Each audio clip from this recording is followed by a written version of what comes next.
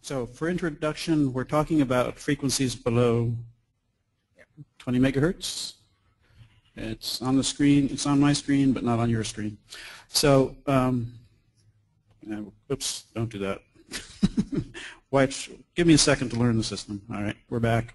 So, and the reason is that you have to go to space to make those measurements because the emission comes through the, won't go through the, okay. This will work for you, but not for other purposes. Great, thank you, Pam. Anyway, we'll describe various plans to make such observations from space. A CubeSat cluster would permit this radio burst imaging, also known as aperture synthesis. We'll talk a little about that. And here I focus on a pretty big CubeSat cluster orbiting the moon, which of course has some advantages and disadvantages that need to be discussed. An alternative way to make these measurements is to put the observatory on the lunar surface. This is an artist's conception of one of the arms of the ROLS concept. Radio Observatory for Lunar Sortie Science was the original acronym. There would be 3 arms with 16 dipoles each, and I believe that perhaps somebody thought that that's the presentation I was going to give, implementing this in CubeSat form, because in the schedule it says McDowell Virtual Observatory. So it is true. You could certainly take CubeSat components and use them on the lunar surface. However, in this talk I'm presenting something else. We need to talk about angular resolution briefly. So the frequencies we're looking at are on the order of 100 kilohertz to 10 megahertz, which corresponds to 3 kilometers to 30 meters. You know that angular resolution is approximately the wavelength divided by the diameter of the aperture. So in the optical, if you're thinking about the Keck telescope, you have this number of radians, which is 10 milliseconds, 10 milliarc seconds, excuse me. In the radio, at 1 meter, 300 millihertz, the VLA, shown here, gets about 10 arc seconds resolution. So that's you're down by more than a factor of 1,000 as you go to lower frequencies.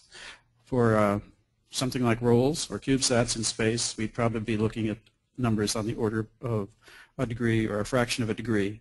But you can do good science with that number.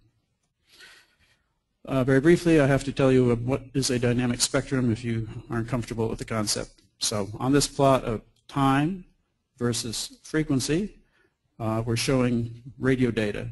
So you'll see real data in a moment. But the concept is that the various bursts, those which come from shocks from the sun, called type 2 bursts, that is to say the shock accelerates electrons which produce radio emission, which we see with a spacecraft radio receiver, or the type 3 bursts, which are drifting faster in this dynamic spectrum because the electrons emitted from the flare travel outward more quickly. And anyway, let's look at real data in a moment. I just want to comment that we frequently call what we observe low frequencies because it's below something on the order of 10 megahertz. That's what's observed from the ground, is the below 10 megahertz. From the ground-based observatories, if you work very hard, you might be able to get 10 megahertz in certain locations on the Earth. 10 megahertz and up corresponds to a little circle around the sun that's just on the order of 1 or 2 solar radii. And so the vast majority of space, radio imaging must be done from space. Do that again. Oh, now it's going to do it twice. No? Okay, great. So on the right side of this panel, there are 3 dynamic spectrum. You get the PDF, so you can read the numbers, but it's 24 hours of data from 3 spacecraft, stereo A, wind, and stereo B. And so you see these bright red things. They are type 3 bursts. Naturally, since at this time, which is March 5th, 2013, the 3 spacecraft are in different positions around the sun, as you can see in that tiny circle. The bursts look different just because of the viewing angle. So anyway, that's the kind of thing that this CubeSat cluster would be looking for, to do imaging of these bursts. There's the type of burst we call type 2, which is from electrons accelerated by shocks. They're a weaker radio emission typically. You see it there, and we would hope to image those as well. Other science targets include radio emissions from the planets, noting again that no radio images at long wavelengths have been made to date. exoplanets, detecting the magnetospheres, which is a requirement for life as we know it, and possibly cosmology taking place, that observations taking place at a somewhat higher frequency are used to detect the dark ages, this period of the universal evolution before there was starlight. The reason that you think about doing this in imaging is to actually map out different regions of the universe as a function of angle. Next slide. Okay, well, as was mentioned, we have looked at doing these kinds of observations before. Over the years, there were MIDEX proposals from JPL and a plan from Goddard to produce something like this. In the JPL, one of the JPL proposals in 1996, the deployer on mothership collected the data from a cluster of microsats and telemetered back to Earth in a concept that we studied in detail at Goddard, which we called SIRA, the Solar Imaging Radio Array. There would be 16 spacecraft provided by Orbital. They would be launched on Delta II. Don't have those anymore. Here's the last of a couple of them coming off the deployer. And when they're deployed, they would have on the order of 5-meter monopoles, giving you two 10-meter orthogonal 10-meter dipoles for the radio observations. And what else? No, there are also others have looked at this well. For instance, a concept called Paris and a low-frequency satellite array and so forth. So just let's say a couple more things about that as we move forward. This has been presented to various audiences, but not successful. And radio is not the largest scientific community, so you have to battle some to have a successful mission here. Looking at SIRA and the mission cost estimates made by the Goddard Design Center, we were talking about the first satellite being 70 million, including all the development. So that's a MIDEX, no question about it. 12 sats with the return on multiple efficiencies would be on the order of 137 million. And in terms of baselines, which is the connections between all of those microsats, there'd be 132 baselines. We were shooting for 16 microsats because we wanted to have about double this, say more than 200 baselines to effectively fill the aperture called the UV plane. So this icon is just from the proposal showing the baselines in the UV plane. Anyway, note that the MIDEX cost cap in 2003 was a tidy 150 million, so you might work in that frame. But obviously, if you can do a mission for significantly less, it improves your chances of flying. So anyway, that died out because of lack of MIDEX opportunities over time. In this slide, I want to talk about that CubeSat cluster, which is going to be better in many ways. So although Bill Farrell showed very long plasma wave antennas, which I should have known about since I'm on that proposal, probably for our purposes and stowing and everything, we would use something shorter than 5-meter monopoles. So here, from someone from MIT, maybe Francois will have some comments on this, is a graphic that I stole from the web showing CubeSats with 3-meter monopoles, and that's probably a reasonable number, although the longer the better. Given that there's a higher likelihood of failure of an individual CubeSat, although we would try for relatively high reliability if we're going to lunar orbit,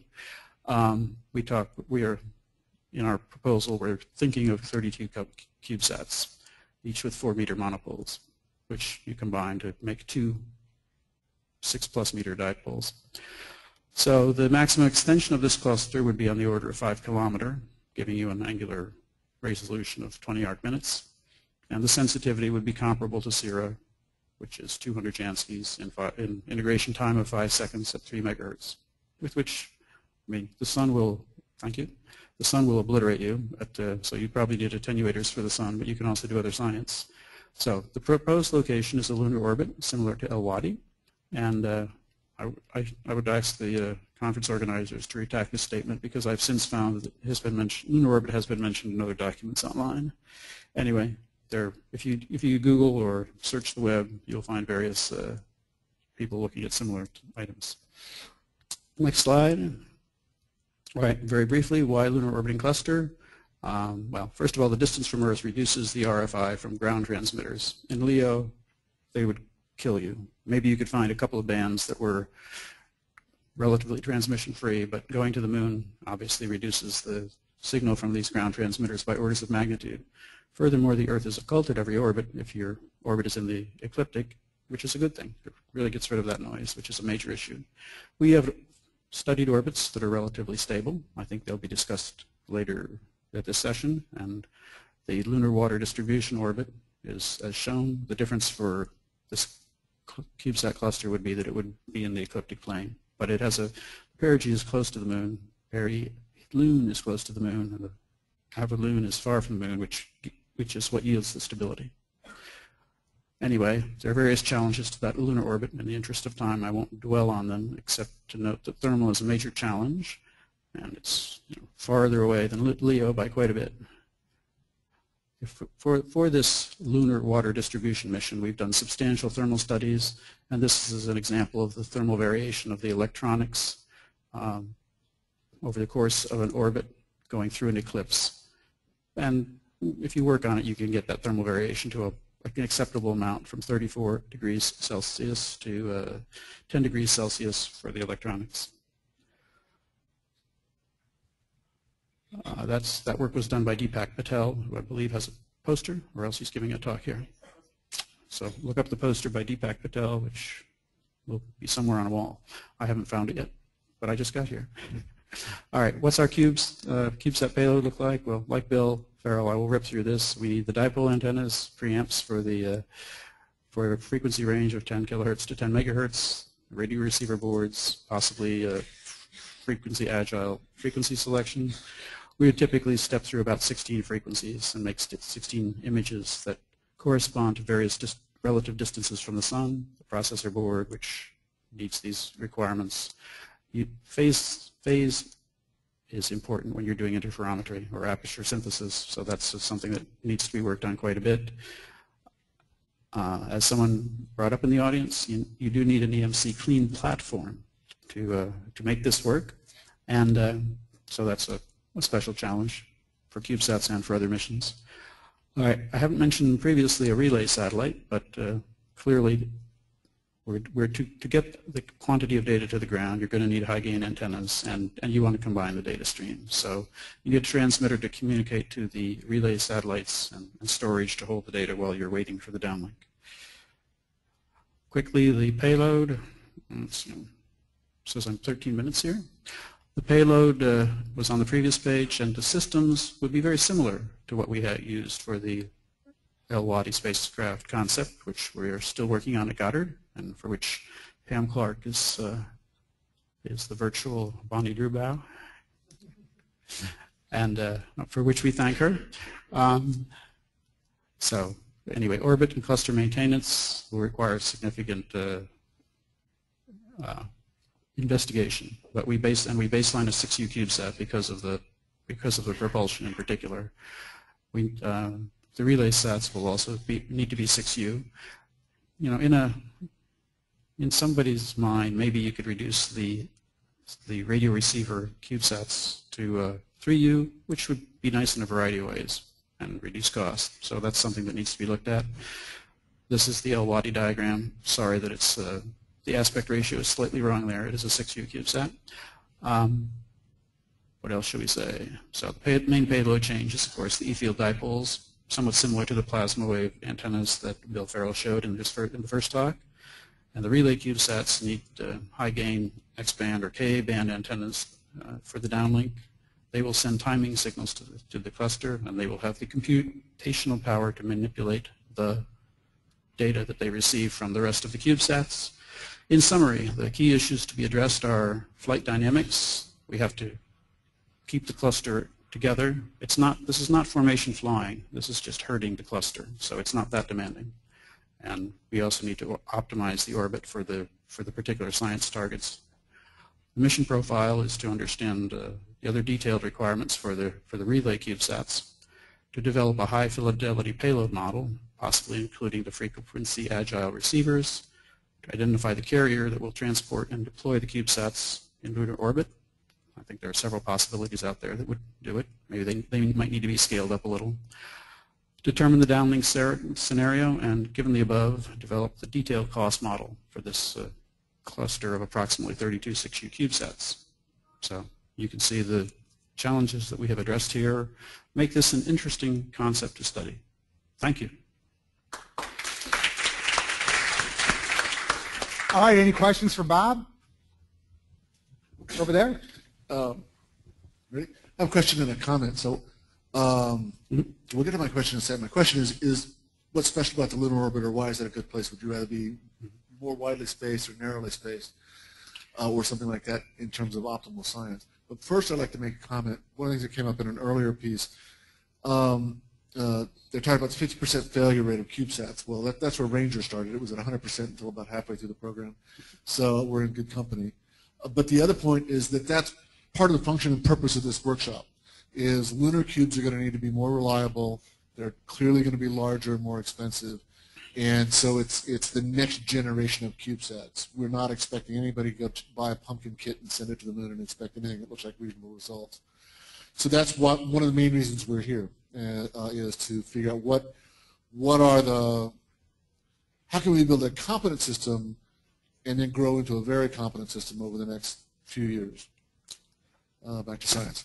Okay, I'll come to the questions in a minute, but let me comment on your comment, if I may. I think that, first of all, that's a good point. For deep space, we really need high reliability CubeSats.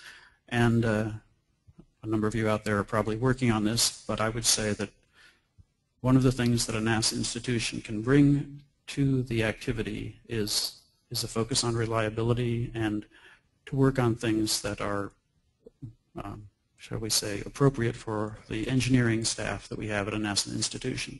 You know, we shouldn't be competing with the universities. We should be working with the universities.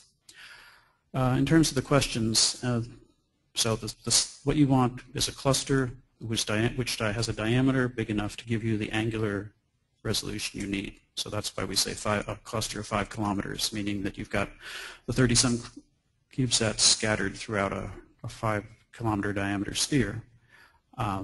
You put them at the moon, again, to get them far from ground transmissions, which obliterate your signal because of the high intensity of the ground transmissions, and furthermore to sometimes occult the Earth.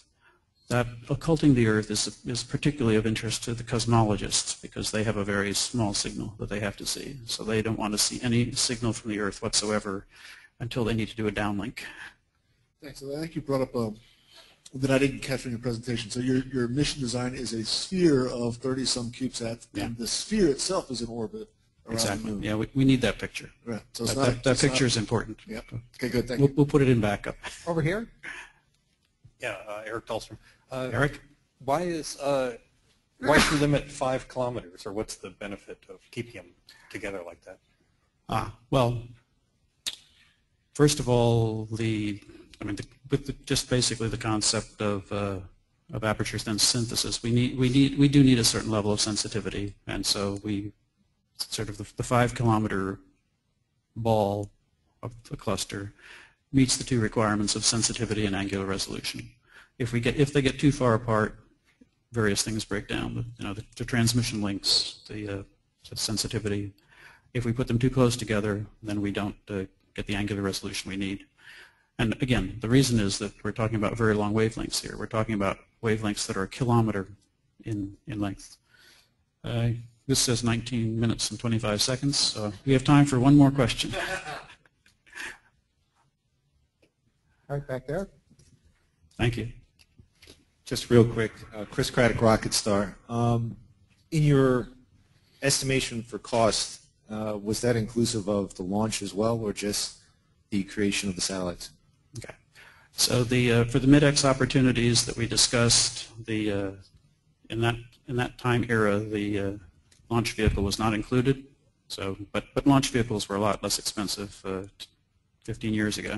Somehow they've gotten tremendously expensive. I think that's, well, I don't want to go in anyone's ox, so I won't go further into that. But I want to note that I have not given you the cost for this CubeSat mission, and that's one of the things we need to develop. At this point, obviously this is a bit far out on the time horizon. We're not going to be proposing this to NASA in the next year. Trust me. But okay, so let me give you a wag. I would hope we could do this for $40 million, but someone else would be that would not, let's say it this way, that would not include the launch vehicle. All right, good. All right, thanks so much, Bob. Good.